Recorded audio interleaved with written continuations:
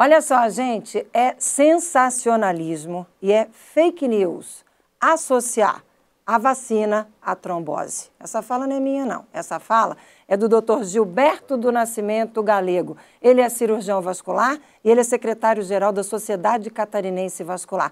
E hoje ele está aqui com a gente, porque hoje é o Dia Nacional de Combate e Prevenção à Trombose, um problema de saúde que ganhou muita projeção em função da pandemia. Doutor Galego, muito bom dia. Muito obrigada por ter aceitado o nosso convite para falar sobre um assunto tão importante. É sensacionalismo e é fake news associar vacina à trombose?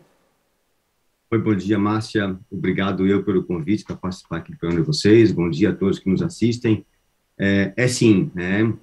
A gente falar que trombose está relacionada à vacina, isso realmente é fake news.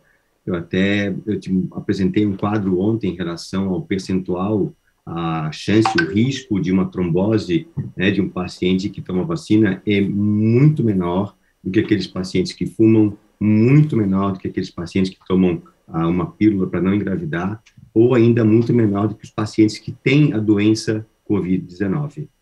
E o que é trombose? Vamos começar explicando para quem está em casa e nos acompanhando. Existem, inclusive, 2 tipos de trombose. Vamos explicar, por gentileza? Claro, trombose é quando existe a formação de um coágulo, né, de um trombo, por isso trombose, dentro de algum vaso.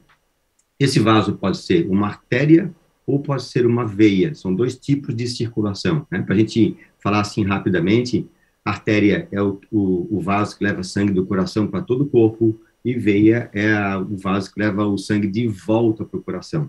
A trombose mais comum, que a gente vê com mais frequência, é a trombose na veia, que acontece geralmente lá embaixo nas pernas, né? Esse é o tipo mais comum e que se vê com mais frequência, inclusive nos pacientes com COVID-19.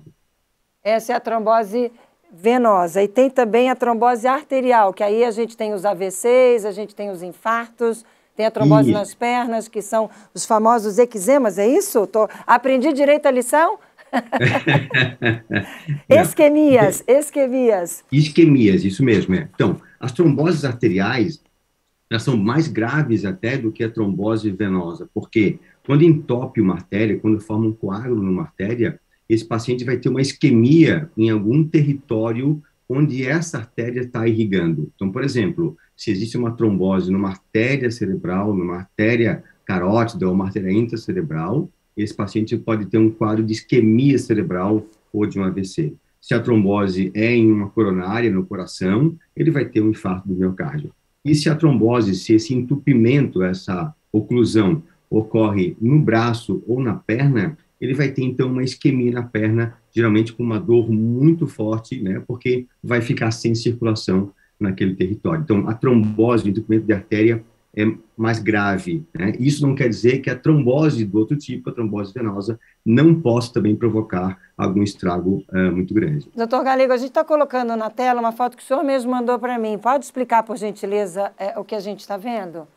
Isso é uma foto de um paciente nosso, né, com uma trombose venosa do sangue que está voltando para o coração. Então, se vocês perceberem, né, o lado esquerdo dessa perna, ela está bem mais inchada do que a perna direita, né? Então, como entupiu a veia que está levando o sangue de volta para o coração, e esse sangue não consegue voltar para o coração, essa perna fica mais engurgitada, fica mais inchada. Então, esse é o principal sinal de um paciente com trombose de veia, trombose venosa, que está muito associada também ao COVID-19, mas algumas situações, às vezes, muito corriqueiras do nosso dia a dia. Já falamos há pouco tempo que pode estar relacionada a uma viagem, por exemplo, de avião, uma viagem intercontinental, quando a pessoa fica muito tempo parado. É uma trombose que acontece eventualmente em pacientes, né, que são operados em um pós-operatório de qualquer tipo de cirurgia, cirurgia ortopédica, cirurgia vascular, cirurgia plástica, né, ou está associada, às vezes, a alguma outra doença, como um câncer, por exemplo, e pode ser, às vezes, a primeira manifestação de uma outra doença, e o doente aparece, né, inicialmente com uma trombose venosa. Então, para a gente resumir, quais os cuidados importantíssimos para quem está nos acompanhando evitar esse tipo de situação? Vou tentar ser bem rápido e bem sucinto. Em relação à trombose arterial, a doença arterial está muito relacionada a fatores de risco muito bem conhecidos. O cigarro, o colesterol, o sedentarismo, o estresse. Tá? Então, nesse caso, é muito importante você ter hábitos de vida saudáveis. Né? Em relação à trombose venosa, como eu comentei anteriormente, a trombose venosa pode estar associada a algumas situações corriqueiras. Então, de novo, se é em uma viagem de avião, o que a gente recomenda é que o paciente se movimente com frequência, que o paciente se hidrate adequadamente, utilize uma roupa muito confortável. Em algumas situações de maior risco, até se pode indicar o uso de algum tipo de anticoagulante para evitar a trombose. Se é em um pós-operatório, uma internação, geralmente as equipes médicas já estão preparadas e já existem comitês, né, que focam na prevenção desse tipo de problema. Para a gente fechar, doutor Galego, então a vacina é importante e as pessoas não têm que ter medo de trombose em função da vacina.